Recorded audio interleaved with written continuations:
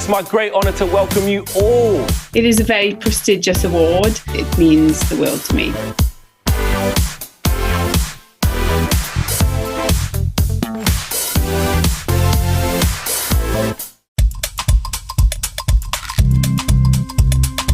They have great senses of humour. I like to reveal parts of history to them, for I love making history come alive. They are some of the best people that you can come across. To help them open their hearts. I always come back to this quote. How can we be role models to learners if we're not learners ourselves? It's quite useful to get out of our bubbles, not our COVID ones, and sort of see what else is out there. By sharing best practice, we can see the whole picture. We can see what really matters.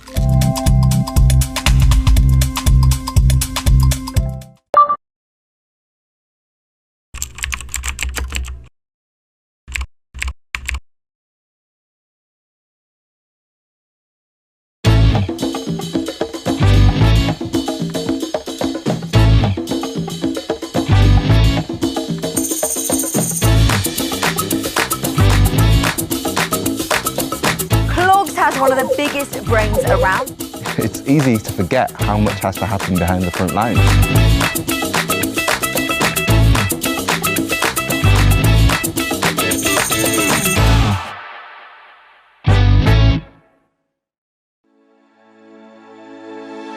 As a global schools group, Cognita educates over 55,000 students across 12 countries.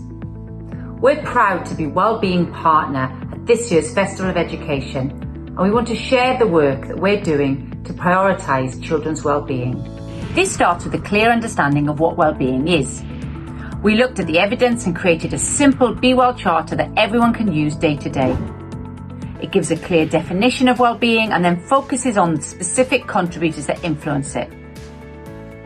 Discover our full Be Well charter video and other resources to use with your students and families at cognita.com. I really try to not look at myself as just a science teacher.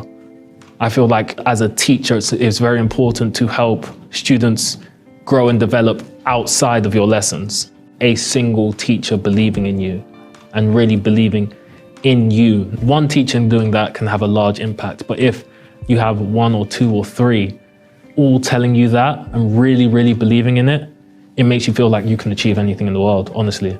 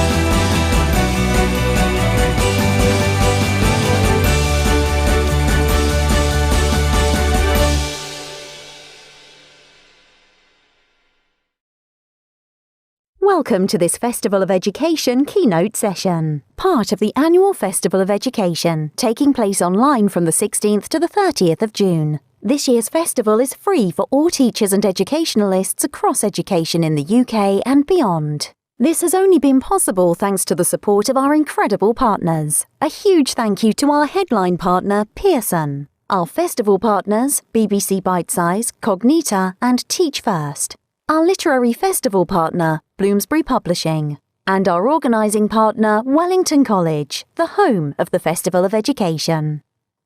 We'd also like to thank our incredible speakers. Over 200 leading educationalists and thought leaders will be providing sessions at this year's festival. On behalf of the audience and organisers, thank you.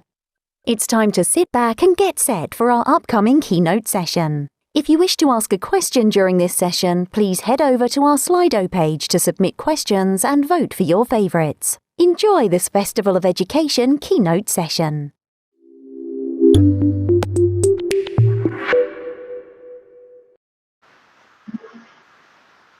Good afternoon, everyone, and welcome to our session. We've come together as a group of friends, really, but as colleagues and fellow head teachers.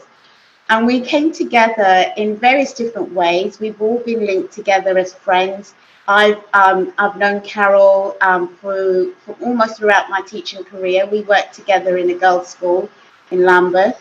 I met Zehra on a course called Investing in Diversity, which between the two of us, that's how we coined the phrase Global Majority Head Teachers, because Rosemary Campbell-Stevens, who came up with the phrase Global Majority, is something that's resonated with us ever since. And so we've really stuck with that name, and we've called that as part of our group. And now you're joining us in our session today. And I've known Markieu for quite a number of years, and actually I taught her daughter, and we met coincidentally on a course, and that's how we got to find out that we had a school in common that her daughter was attending, and I was assistant head teacher at. And Markieu and Zehra know each other because they were fellow parents at the same school. So it's been a great connection that we've all had. And we wanted to share our experiences. We want to encourage more people to join us as head teachers. And we thought it'd be useful to help you understand our journey and to give you some tips, some ideas, some really takeaways that we want you to think about and apply in your own environment as and when you need to. So, without further ado, you can see already what our overall plan is. We're going to talk individually about our journeys, and we'll give you some of our tips and takeaways. Then we'll give an opportunity for everyone to ask us questions, or we'll have a panel discussion, and that's an opportunity then for you to ask individual questions or ask the panel questions, and then we'll answer those as honestly as we possibly can. I'm now going to hand over to Carol Shepherd, who will get started on our presentation.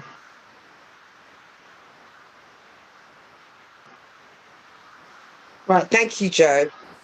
I'm going to start by saying too often as global majority leaders, we feel we have to be superhuman. Thank you, Markieu. We feel we have to be superhuman in order to progress into senior leadership roles. And today on this panel, we'll share our journeys and hope that you can take away some practical strategies that will enable you to feel that your leadership ambitions are within your reach. Thank you, Markieu. Now, I'm a former head teacher with over 20 years experience. And in the 70s and 80s, I grew up on one of the largest council estates in Northwest London. Statistically speaking, I should never have gone to university, much less become a head teacher, but I did. The people who grew up on my estate were not expected to become leaders. Most, like my parents, were simple, hardworking people from first-generation migrants who had left their countries of birth and sometimes children to come to the UK to make a better life. Both my parents worked in factories. In fact, my mum worked in McVitie's and my dad worked in Heinz. So although I grew up in what would be considered perhaps a socio-economic disadvantage, we never went hungry. And on the one hand, that childhood provided security, it provided stability, love, and lots of family. On the other hand, what it did not provide was it did not prepare me for the professional world. And despite my mum making every effort to try and fill that cultural gap, so for example, music lessons and trips abroad, and I absolutely loved reading. I was quite a voracious reader from very young. I often spent a lot of my education not understanding the formal language of education. Thanks, Markieu. So I've put together a map that sort of outlines my journey and some of the key takeaways that for me, I would like to share with you. So we start off down in the corner where we have the estate that I grew up on. And in fact, that block of flats was one of the first homes that I remember where 5 of us lived, and including my parents. So I'm a middle child of 5 siblings, and the first in my family to have gone to university. I spent a lot of my secondary and college years, in fact, some of my university years, very confused. The formal language used in schools was often alien to me, and despite me being well read, I found it quite hard to apply what I was reading to the expectations within the world of education. And at that time, nobody in my family had been educated beyond secondary school. So the first thing that I learned very early on that has helped me in my career is that I couldn't do it on my own. And the need to be able to ask for help and use the support around me, I think has been key to getting me to becoming a head teacher. In fact, I remember my very first interview as a vice principal. It was my then business manager, who has become a really close friend of mine, actually taking me shopping. So I had the right outfit to wear on my interview day. Along my journey, one of the things that I've learned is that there are always going to be unexpected challenges. And I have a picture there of my beautiful son, because whether professional or personal challenges, the key, I think, is understanding the system that you're working in, understanding the language, understanding the politics and the people, and getting yourself into a position where it is hard for someone to say no. My career change from human resources to education actually came about as one of those challenges. When I found myself as a single mum struggling to juggle childcare and work. And it was during an interview with a young man that I was interviewing, who he asked me, how could he become me? And I thought, why did he not learn this at school? And if schools weren't teaching our children what they need to know in order to be successful, then I was going to do it. And so that started my journey into education. I gave up my job. I took a year out and I completed my PGC at Goldsmiths University. The good thing about challenges is that you learn from them. And from my early experiences, I took some things along the way that has helped me in my career in education, and which has saw me become Carol from the block, becoming the head teacher. So I took an understanding of the need to understand the system you're working in, the language and the politics. You'll not be seen as a credible leader if you don't know how to secure buy-in. I also took a powerful network that included my family. And by that, I mean an extended network of very close friends that have been the cornerstone that have held me up at times when I thought that I couldn't move on. So they've been my cheerleaders, they've been my wiper of tears, and the ones who can make me laugh even in my darkest moments. And I also took with me resilience, courage, and determination. And I needed those to keep me on my feet, often when I felt I couldn't go on. And also, I think a recognition that I had to keep developing. So on my journey, when a gap appeared in that glass ceiling that can hold so many of us back, it made it harder for someone to say no to me. And for me, that meant making sure that my teaching was on point. Any areas of development, I made sure that I filled those gaps. So I would say CPD, CPD, CPD. And in fact, I used the performance development reviews to make sure that I got the support that I needed and the right amount of challenge. What I call it is CV building. It's learning that strategic language, it's developing your network, and it's using opportunities to get yourself ready for when the crack appears. And although many of these were done in my own time and they weren't paid for, what it did mean was that when the crack appeared, I was in a great position to slip through, making it hard for them to say no. A key thing that I took with me was a vision of what I wanted to achieve. I actually never wanted to be a head teacher. My passion was, and always has been, the young people, getting that light bulb moment. But finding myself in a school where 65% of the children left without English or maths, that drove me to keep going on. And it keeps me moving forward when that superwoman cape that I wear becomes too heavy, or where I despair that even after 20 years of being in education, I'm still going into rooms where I am the only one that looks like me. I wanted to point out that picture of that Banksy picture, because that's quite important to me. And I have that in my office as a head teacher, because some people loved it, other people hated it, but I loved it. And the reason why I loved it is because it underpinned what I was about in education. It was about that fact that I want change in society, and not just superficial change, but real systematic change. And on my journey, I've realized that if we are going to achieve true equality, we need to ensure that all young people can see themselves reflected at the leadership table. And that means we have to be in it. The last thing I'm going to leave with you is to look out for the brick wall. Life as a global majority leader is hugely rewarding, but it comes with challenges. I started my leadership consultancy because I recognized that as BME leaders, we need our networks to include professional support, people who are going to understand our journeys. And so my advice to you is to find yourself a mentor or a coach, one who's going to understand the balancing act that you've got to do. So for me, it was around the responsibilities of being an Afro-Caribbean. So those high expectations, responsibilities for children, for elderly parents, and sometimes vulnerable siblings, as well as them understanding that the incidents of unconscious bias or institutional racism that we may take on a day-to-day basis. So that having the right coach or the right mentor means that each discussion you have starts with the problem and not with you as the problem.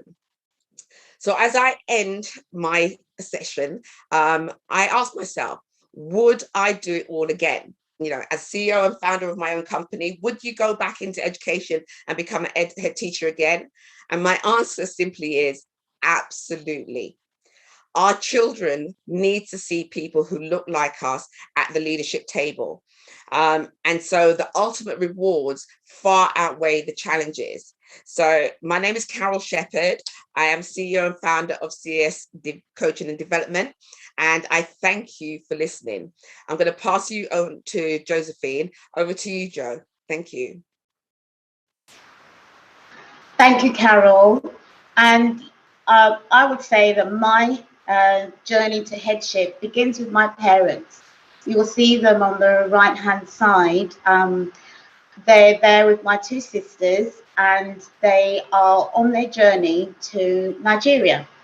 My parents met and trained here in England. They were part of the, if you like, the Windrush generation who came to support the NHS. My father came from Nigeria, training to be a doctor in tropical medicine. And my mother came to England to train as a midwife, or to extend her training, shall I say, because she was already trained as a midwife in Barbados. So my true background is truly African Caribbean. So sometimes some of those boxes that we have to check for ethnic minority monitoring, it's very difficult for me to check because they only want you to choose one, and actually I'm both. So you can see my sisters there, and both of them went with my parents to Nigeria. And unfortunately, shortly after their migration to Nigeria, the Biafran War began. And that meant that my mum returned to England, technically now as a refugee, and my father was not allowed to return with her. So my mum then became a single parent. My father wasn't allowed out of the country too often. When he did, I then joined the crew, and you can see me there in between my two sisters holding me, and that's now my complete sibling family. One of the key things that has instilled in me from my childhood was education, and how important it really was. And to be really honest with you, I loved learning. I absolutely loved learning. There was nothing too unusual, too boring, too difficult for me to want to learn more about. So I've always been a very curious person. And you can see me there that I kept learning, kept trying to gain qualifications, and that's me with my Masters in Educational Leadership. Thank you, Markieu. So my journey to headship begins with out of university, graduating, I joined what we call the School Curriculum and Assessment Authority. It was a Quango organisation. I knew I wanted to be part of education. I just didn't technically want to be part of teaching. I really didn't. I knew that children could be quite difficult, and then I just didn't think I had the patience for it. While I was there, I became part of the SATS team, the School Assessment Test, or Statutory Assessment Test, I should say, and I helped to develop the English SATs for Key Stage 2, for Year 6 students. While I was part of that team, I realised that people who were making major decisions about educational policy had all come from teaching backgrounds. And I was very interested in educational policy and changing things for the better across the nation. But I realised in order to do that, I needed to have teaching experience, which made me decide to go into teaching. I trained as an English teacher. My first job as an English teacher, absolutely really enjoyed. And I realised, because I come from industry, as you would call it, I already had skills of being able to lead, be confident. So I knew that I could do more than just teach English. I wanted to do more. I wanted to affect a wider number of students. So I looked for a job as a literacy coordinator. That was quite an interesting job, really enjoyed it, but that school that I joined when I moved from my NQT year was in quite a bit of crisis.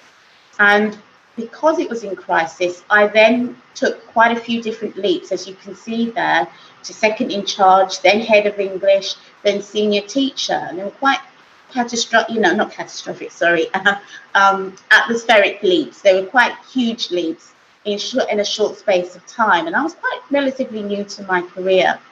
And what I really wanted to do, I had a passion for supporting students who come from a disadvantaged background like myself. So although my parents were very well educated and had very good jobs, in reality, because of what happened in the Afghan War, it meant that we were not quite in the social setting that perhaps we would have normally been in.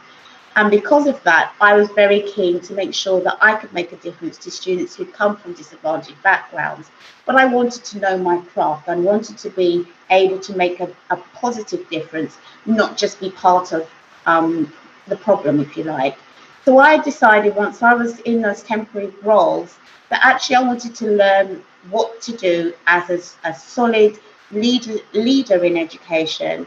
And I decided to take a job as a second in charge in a girls' school, actually, which is where I met Carol.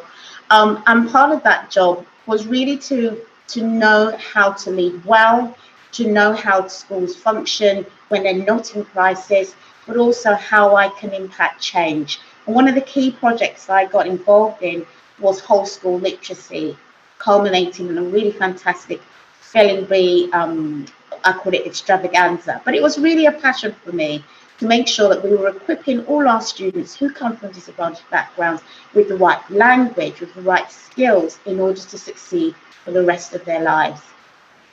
Part of that role, I then took over the head of English role to cover maternity covers twice. And then eventually I subsumed the role as substantive head of English. I enjoyed doing that role. I learned so much. I was really keen to make sure we had outstanding practice in our department and where possible to spread that practice. But I knew from that moment, really, it was either to keep going in education, or because of all the struggles and barriers that I was experiencing in education, leave. And it was at that particular point that I attended a conference called Invest in Diversity, as I said at the beginning, which is where I met Zehra. And in that course, that was what really helped me understand that I had skills. And as a global majority leader, I needed to be able to go and continue to lead and go into headship, because as Carol had said previously, I knew that schools needed global majority leaders like myself heading schools and leading schools in a particular way. And because of my background, I was very, very focused on London learning, London teaching. Doesn't mean that I wasn't interested in anywhere else, but I just felt that that's where my experience and where my passion lay. So I did. I finally decided, okay, you've made up your mind, you're going to go for headship. So I knew I needed to take the next steps. The next steps really were going into assistant head role. And I went into assistant head role in a girls' grammar school, very high achieving students. Absolutely loved my job, learned so much, had a range of roles and responsibilities, which really set the foundation for me into my headship journey. From there, I became deputy head, and in that school, again, the school was going through some difficulties, and I was able to steer that school into sort of more stable environment. A part of that process was to become the temporary head of school, and through that leadership, I learned so much about why it's so important to lead from the top, to have very clear vision, have very clear moral purpose of what it is you're trying to achieve, and instill that in your staff in order to get the best education for students. From there, I become associate head teacher in a school, again, that needed quite a lot of shaping, reshaping, support, and it's worked. It's been really helpful to be part of a school that had to go through a major change.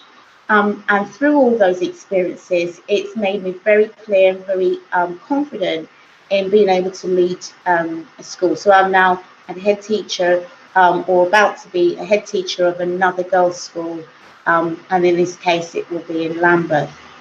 So I suppose what I want to do, thank you, Markieu, we're going to go on to my takeaways from my journey. One of the key things I think is important for people who are thinking about going into headship, if whatever place you are right now, make sure you're maintaining high standards.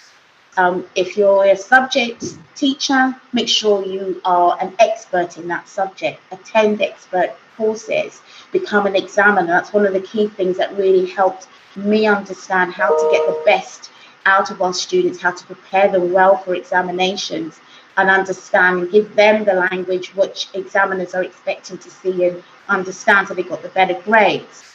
So be an expert in what you do. Join things within your school, such as focus groups. I've joined every focus group you could think of in all the different schools I was in.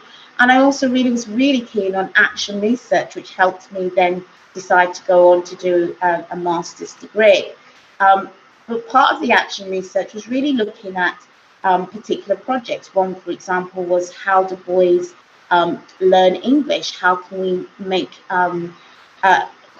make life easier for boys to really progress and do well in English? There was a great focus on literacy at the time, and we recognised that boys were not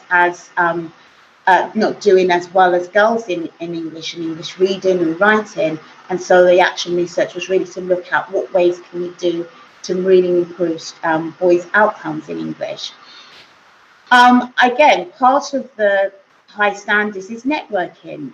We talked about already how we network with each other, and we're always trying to build and learn from one another, to become part of a culture of improvement and excellence, and join any groups and networks that you can.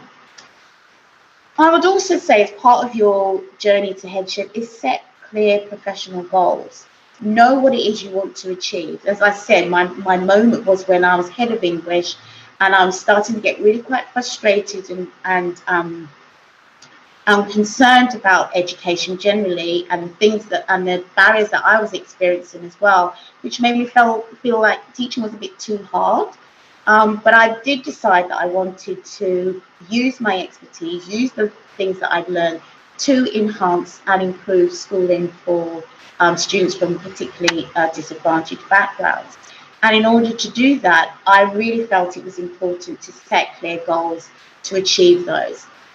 Like Carol said, it's so important to have coach, mentor, professional friends like I have around me right now, that will help shape you.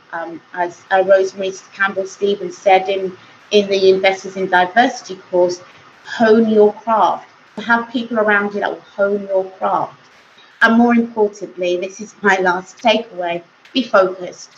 Know what it is you want to achieve, and don't be wavered by it. Sometimes we get so distracted when we're in schools, there's so much to do, and it can be quite an assault on our senses. But just be focused on what it is you want to achieve, and set out, get your goals ready, and keep going. Don't give up. And yes, it's a very fulfilling job. It's not easy, but it's really, really enjoyable and fulfilling, and I would recommend it. So please do think about it. Thank you everyone for listening. I'm now going to hand over to Markieu.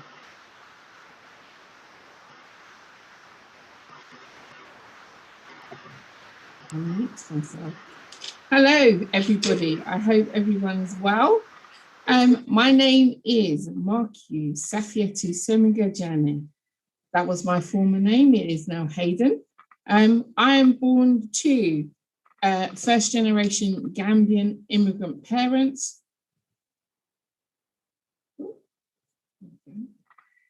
Technical difficulties here. Immigrant parents. My name is a mouthful, and not many in my childhood could say my name, and as a result they proceeded to change it, because in my area there were only 3 Black families that were in the area, and my name was just not one for it. But my mum did use it to her advantage, because they thought that Markieu very much must be an African version of Mark, and she managed to get a 3-bedroom house out of it. So it did my mum a favour in the end. Having a mother who was a teacher and having a dad who valued education, both my parents have 2 degrees, master's degrees as well. And they use that as a tool to get themselves out of their country and move themselves to England in a want for a better life. Although having their relationship broke down and being brought up by a single parent on a council estate, it was always drilled into myself and my siblings how important education was. It was always taught to us that education was our passport for life. And it was something that we were always taught. And one of the things that my mother always said to us as well is that because we were female, and that because we were Muslim, and because we were Black, might be things that would be held against us. So we need to prepare ourselves for the future and how we would do moving forward. So my journey to headship is an interesting one. Having a parent that was a teacher, and quite a strict one, and a grandmother that also was a teacher, I had absolutely no intention of going into teaching whatsoever. I worked for the bank, I was a bank supervisor, and I absolutely felt that making money was the one for me, counting money was the one for me. Once I started having a family and realizing the work-life balance and the lack of time I spent with my family, especially after I had my twins, I was contemplating taking a career break until they were of an age to go to school. I'm not a stay-at-home mum. I'm sorry if people are here that were stay-at-home mums. It's not for me. And I was looking through the paper whilst on maternity leave and saw that Roehampton was looking for teachers to join their teacher training course potentially. So I said, yep, that's for me. Signed up. By the time my husband had come home from work, I'd signed up and I was doing a degree. So that's how it was, and I didn't look back. And the rest was history. So, like any limitations in life, you always have to work to some. You always hit a roadblock, or you hit a barrier which you have to break through. And it is just part of my personality that I don't like roadblocks and I don't like people telling me no. So if there's a problem, I'm a fixer, and that's what I need to do. So how I developed my leadership is every time I hit a problem and they said, you can't do that, but when you reach this level, you'll be able to do it. I said, right, I'm going to go there then. So that's what I did. So I started off as a primary school teacher. lovely year 4, year 5, year 6. Became a PE coordinator because I'm really interested in the health and wellbeing of students. Became the primary link teacher to the local schools in the area. And actually, coincidentally, my current school is one of the schools where I was a primary link teacher. Followed the kids up into secondary, became a secondary school teacher, became assistant to head of year, then went on to be a head of head of department, then became a head of department and a safeguarding lead, then became head of inclusion, then became a head of faculty, then became a head of house, went on to become a temporary assistant head, then made assistant head, then went to acting deputy, back to assistant head, up to acting deputy, down to assistant head, seconded to a primary school 1 day a week as a head teacher in the locality, then became assistant head at my current school, became acting deputy, substantive deputy, and now I am the head teacher of this current school where I've been, and I've been here for 7 years. What's hard to take along the way for me is rejection. It's taken me a long time to get used to the fact that you will be rejected and being willing to take on feedback. So for me, part of my journey has been being able to accept rejection, is also about being authentic to myself.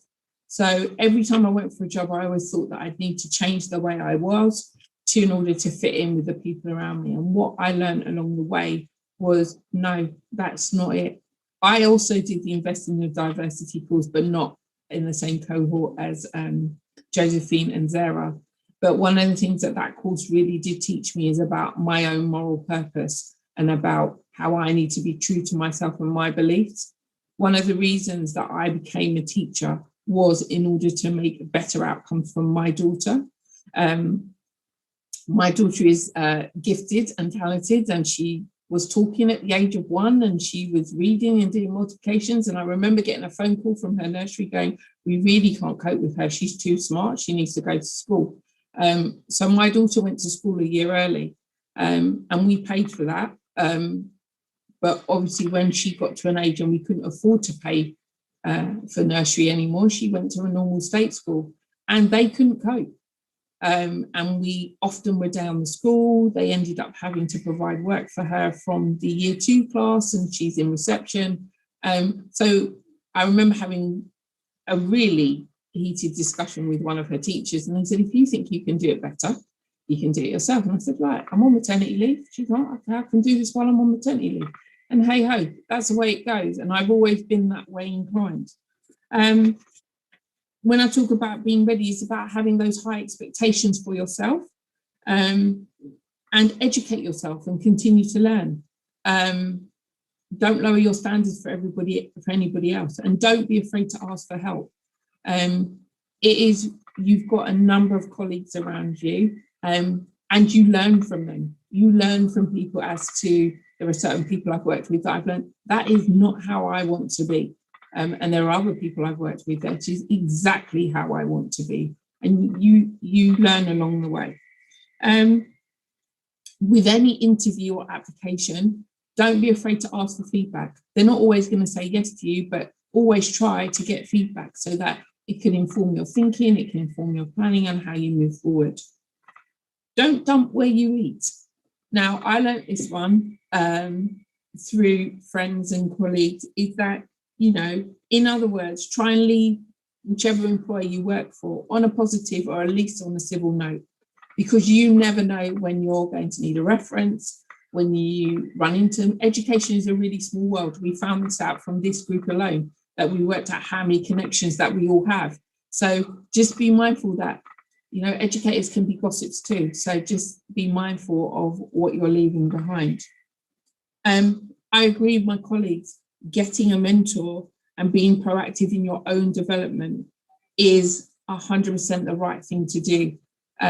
they won't always be the courses that your line managers think you should be going on. Like, I remember my head teacher at the time thinking, this invested in diversity isn't going to give you a qualification, what's the point of doing it? But it was one of the most important courses I ever did. Equal access to promotion, I did courses on the weekend with Women's Ed. I did the Inspiring to Headship programs, the Mayor's program for Aspiring to Headship. They were all really good and worthwhile doing, because I'm not a natural networker, but I seem to know a lot of people just through my journey in education, and having 2 people in my household working education, you can imagine. And the other thing that's really a key takeaway for me is to pay it forward. We are all rising and we have risen to where we are today, but we've also got to remember our brothers and sisters behind us that are coming up along the way. And that was one of the main drivers that we all came together collectively as a group.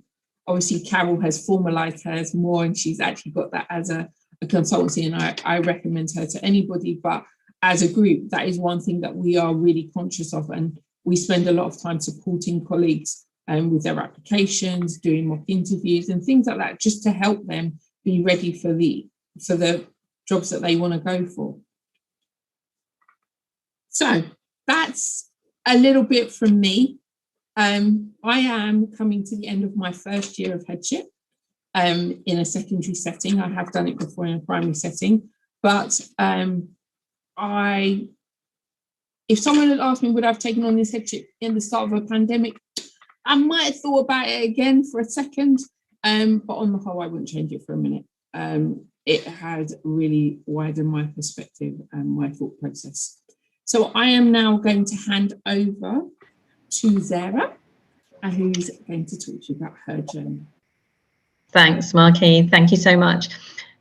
Brilliant. Okay, guys, if we just go, that's it. Perfect. Okay, thanks everyone. Welcome and afternoon to you all. It's a tough job being the last of the 4, but that's what happens when your name begins with Z and you're at the end. And I was actually a bit relieved, to be honest. So this is my journey, and there's me in my cuter days with my beautiful mum, who has been my inspiration all throughout. So born in the latter part of the 60s, growing up surrounded by Grange Hill and the Bionic Woman and all of those fantastic icons.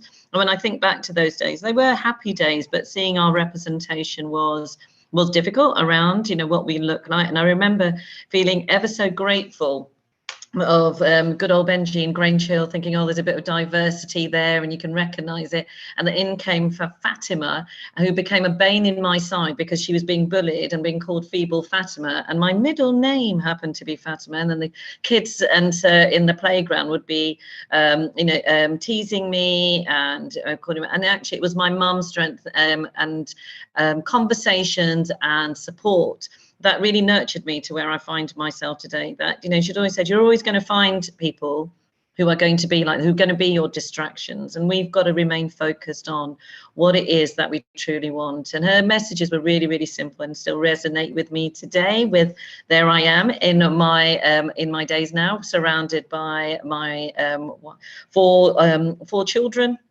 And my husband, who's an equal partner and has supported me through this journey. So, a lot of what we're talking about is that if you think about the themes that the 4 of us are talking about, is about what our beginnings are, and in many our humble beginnings have made us who the leaders we are today. And all of us, when we talk to each other around it, is about being the humble leader and leading our schools and giving this enormous privilege to be moving our schools and now moving fellow leaders into a position where they too can go on and become head teachers and have that influence. So I'm a head teacher now at a school in Hackney, and my journey isn't as interesting as my fellow colleagues.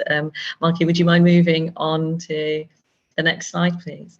Okay, so I was very, very fortunate that straight after my degree, so I had a physics, trained as a physics with a physics, and I have to say the reason I went into physics was because not because I was a budding or fantastic or a phenomenal scientist in any kind of way whatsoever. I basically gone to a very, very white secondary school, and I could see no reflection of myself. I just went, but I loved reading and I loved education in the same way that my fellow friends here have as well. And when I'd gone to those schools, that was my distraction to, I escaped through my studies, getting my regular dose of bullying and things like that, the racism and things. That was my escapism. And then as soon as I could, I wanted to leave school and I went off to college. And to be fair, that was where I was really exposed to meeting fellow people that looked more like me. And unfortunately, I played a little bit too hard. And that sent, I ended up why did I follow a physics degree? I had to say the first time I actually sat down and started to revise was just before my A-levels. You could get away with it then. Just to manage to scrape through a couple of A-levels and actually physics started to make sense to me when I started to go to when at age of 18. And so I graduated with a physics degree from a London uni, and then during that time, I did some summer schools and also got married. And then I started to teach from where I did my beginner teacher program, where I did my BTs, my first teaching practice. That's where I secured a role. And I stayed at that school as a main scale teacher for 6 years. During those 6 years, I had 3 children.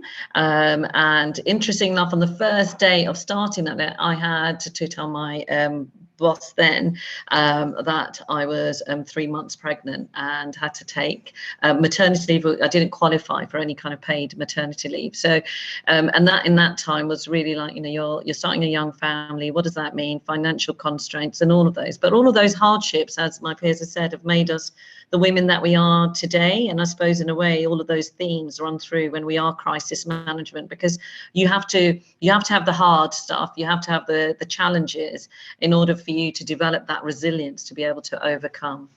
So then when I was off for 3 years, I studied for an MA in education psychology, because I actually, to be fair, I couldn't, I adored being with my children. I could feel that, I wasn't keeping myself busy enough, and I really wanted to learn more. And one of the things that I felt that was missing in the PGCE program was a lot more about the psychology of young people. And I think actually our primary school colleagues get a lot more of that than secondary school colleagues do. And I felt that part was missing at that time. So I returned back to the IIU, had fantastic 2 years of part-time learning and being a mum and raising. And then I graduated and returned back to the classroom.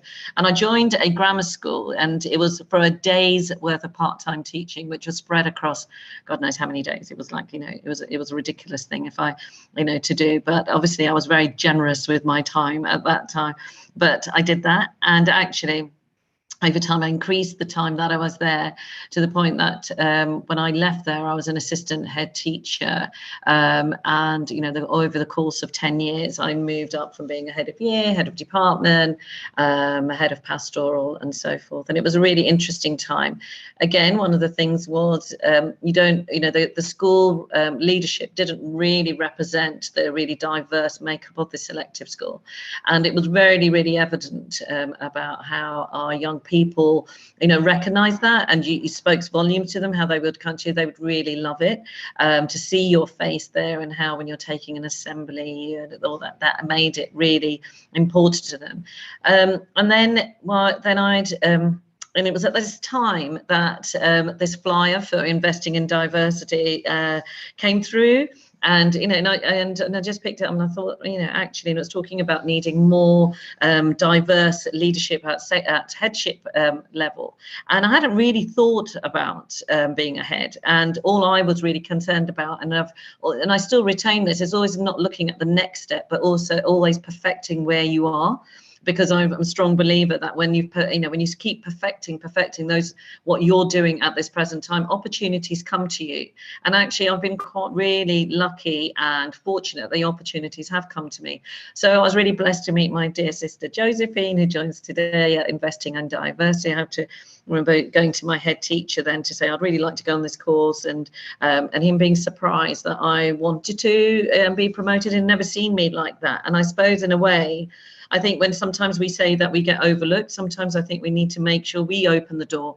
If we feel that we're being overlooked, is because for whatever reason that's happening, and that might be the person's own journey, that we need to make sure that we do that. So we did Investing in Diversity, left that school to why it was very evident that I couldn't just stay in one school in a selective grammar. I had to broaden it, my experience to a state, more of a comprehensive school. So I went to an outstanding inner city school that taught me lots. Really developed my own inner work. And one of the things that came from that before I took Headship is that I became very, very clear about what I stood for. And so in 2013, I moved to the London Borough of Hackney and became a vice principal, then became senior vice principal every year. And here I am now, 3 years ago, started my Headship. So I know we want to give opportunities for you to ask questions. So I'm going to really go through this very, very quickly about key takeaways. And some of those will be similar themes to what Caroline, Joe and Markieu have said. But what I really would say to you is harness, be really, really clear about what your values, who you are and what are your non-negotiables. And for many of us, as you can see, that even though we are now experienced heads and we're on this journey, we've been in education for a long time, it's our roots that make us who are.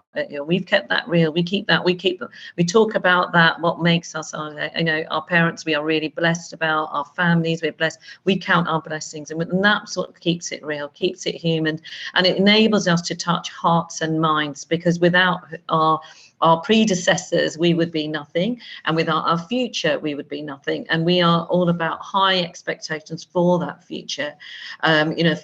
We are blessed that we have young people within our families, and whatever we'd want for our young families, we want that exactly the same for other people's families. So when I'm sitting here talking to a young person who is upset or they've done wrong, I'm thinking about how would I want my own child to be managed in that situation? What would I want to, or how is it that those others who've had to experience that, how would I want that to be dealt with? Teach. However high up you get, if you, I would always say to you, for so many reasons, keep in the classroom as much as you can. And I'm not saying go off and teach, keep it balanced, but you make your mark and you'll be more respected if your peers and if your young people see you in front of the classroom teaching, and prioritize that. I love being in the classroom. That is the one place that I ought to say to my peer, do not disturb me. And if the school is burning down, call the fire brigade first and then come and tell me that that's what's happening, because I do not want my school, my young people's learning to be disturbed, and I want to be there. And it's just about making those connections. And of course, if the school's burning down, do tell me, because I need to take the class out as anyone else would. But we need to make sure that we do really keep practicing and keeping that learning going, understanding about present, understanding about pedagogy, evolving as a practitioner is really, really key. Networks, connections, opportunities all the time, but don't bond those networks to see what I can get out of them. It's about what you can give, how we can do it, and how we can also support one another on what can be a very, very lonely journey. And always, please keep a can-do mindset. Along the journey, you will find people will say something to you. The person will say, you might find that you've got a line manager who may not be encouraging. You might find that, like I had when I said about my ambition, perhaps, to think about headship, and someone said, well, I don't know if we're quite ready for someone in a hijab to be a headship, to take adaptation. That is one person's opinion. Just one person's, okay, that's fine, but don't define yourself by it, and really think about, right, what is it that you can do to inspire the young generation, the new, and what mark are we going to leave, and do what our parents did and revisit that, and to make sure that we keep that cycle going.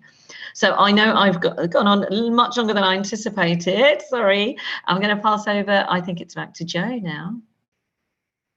Or is it Markieu? Were you doing some questions? It's back to me. So Sorry, between myself and Carol, I know there's a few questions in there, Carol.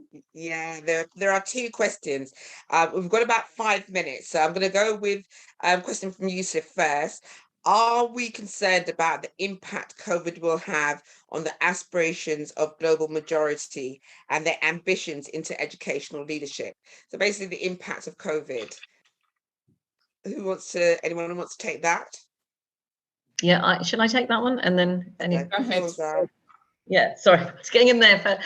So yeah, I do think I am worried about the impact, and I suppose in a way when the 4 of us joined together, we were really driven by that, because actually it can be a really lonely place, and you've got to have that support mechanism, because the crisis management and having that kind of feeling that under pressure, for all head teachers has been an issue. There's more people who've left the profession, and there is than at this time that are thinking about leaving than ever. So yes, definitely. But it is our duty as those of us who are here to support and nurture the future. Markieu, shall I pass back to you? I agree with what you're saying. So you've answered it for me, so I can't really jump on that. But I do agree. I mean, working in a school where over 96% of my students are global majority and have that same mixed representation on the staffing body is something that we've always kept at the back of our minds, and something that we move forward. But maintaining those high aspirations for our students is key, and having those honest conversations are things that we have to keep on doing. Okay. I would just add. Let me just add something, Markieu. Yeah. I would. Sorry, that's my school fire alarm's testing.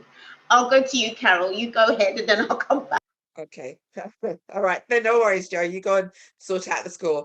Can I just add, and I think that hopefully this is what Joe was going to say. I talk about gaps and opportunities, and I think that yes, there are going to be challenges around dealing with COVID, but my advice is this is an opportunity. The plane is shifting. People are moving on, moving closer, moving out of the city to move closer to family. And so for the global majority, look at it as an opportunity, and then get yourself ready to be able to capitalize on that. There's one more question, Markieu, that I'm going to put to both you and Zehra, and this is anonymous, so I'm not sure where it's come from, but what is your top tip to a young person experiencing racism today? How do you encourage them to not let it get to them? And we've got 4 minutes in which to respond to that one. Okay. Right. I probably have to say the same things that I've said to my children growing up. So my son went to school in the borough of which I work and live. And he was racially profiled. And if I say in his 6th form, year 12 and 13, over the course of those 2 years, he was stopped over 17 times by the police because he looked like somebody they were looking for. I don't understand how a young man in a suit with a satchel, who, when you look up his details, has never been anywhere, can be looking like someone you're looking for, because he's never in the areas that you're looking for those people, is, something to me. I think it is hard to deal with racism. One of the things that my mum always kind of instilled in us, and what I've tried to instill with my children, is that you are a beautiful Black child. You are a beautiful soul. God has created you in the image in which he wanted to create you in, and you need to love yourself first. And she always spoke about, do you know that person that made that comment to you? And I know it's hard to hear this, and you'd be like, in the moment you want to, when I was a child, want to flatten them out, but my mum would say, do you know that person? Do they have any bearing on your life? Are they of that importance to you that you value what they tell you? And that's sort of what I've tried to instill in my children, but it's also about challenging the narrative and challenging the ignorance. It's not about just, oh, you know, someone said something that you believe is covert. I've had to deal with covert racism along my journey to headship, along my journey of training to be a teacher, etc. And it's about challenging that. I'm not afraid to speak my mind. And I think the more of us that do and challenge that, the better it will become for the people around us. I think if you keep silent and then we go in our little corners and we have those conversations, nothing's going to change. It's about challenging the narrative. Zehra, I think you were itching. Zahra, yeah, Zahra's, you've got about a minute left, Zahra. So okay, thanks. I totally echo what Markieu has said.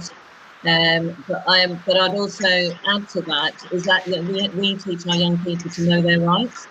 So, you know, just like Markieu saying, my son has been been stop and search and things like that, and has, you know, passport control, those kinds of things, has had that profiling and all of those things. A lot of traveling across the globe, but it's also about not every battle is worth your fight. You know, and you need to choose which are the battles that you want to take on.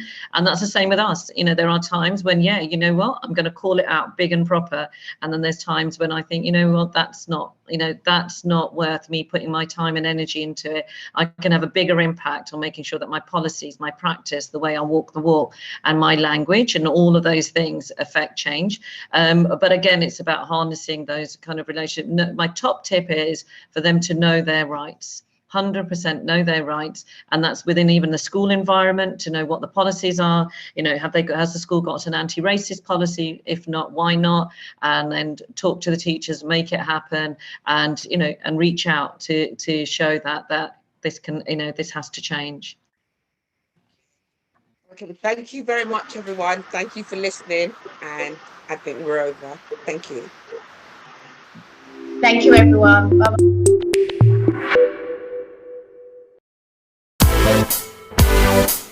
It's my great honour to welcome you all. It is a very prestigious award. It means the world to me.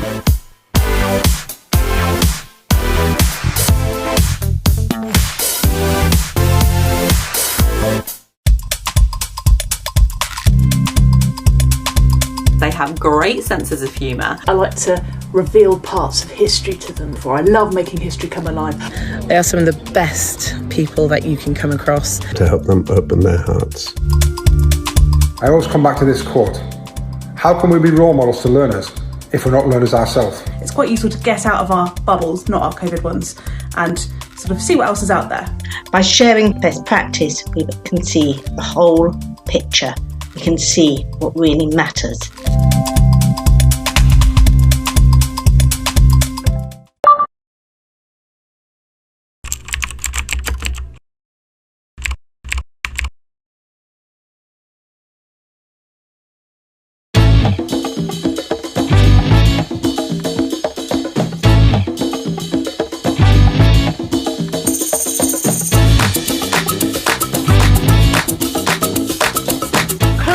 One of the biggest brains around.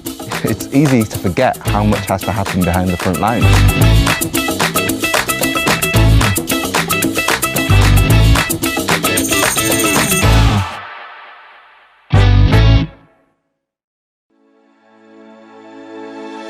As a global schools group, Cognita educates over 55,000 students across 12 countries. We're proud to be Wellbeing Partner at this year's Festival of Education, and we want to share the work that we're doing to prioritise children's well-being. This starts with a clear understanding of what well-being is. We looked at the evidence and created a simple Be Well charter that everyone can use day to day. It gives a clear definition of well-being and then focuses on the specific contributors that influence it. Discover our full Be Well charter video and other resources to use with your students and families at cognita.com. I really try to not look at myself as just a science teacher. I feel like as a teacher, it's very important to help students grow and develop outside of your lessons. A single teacher believing in you and really believing in you. One teacher doing that can have a large impact, but if you have 1 or 2 or 3 all telling you that and really, really believing in it, it makes you feel like you can achieve anything in the world, honestly.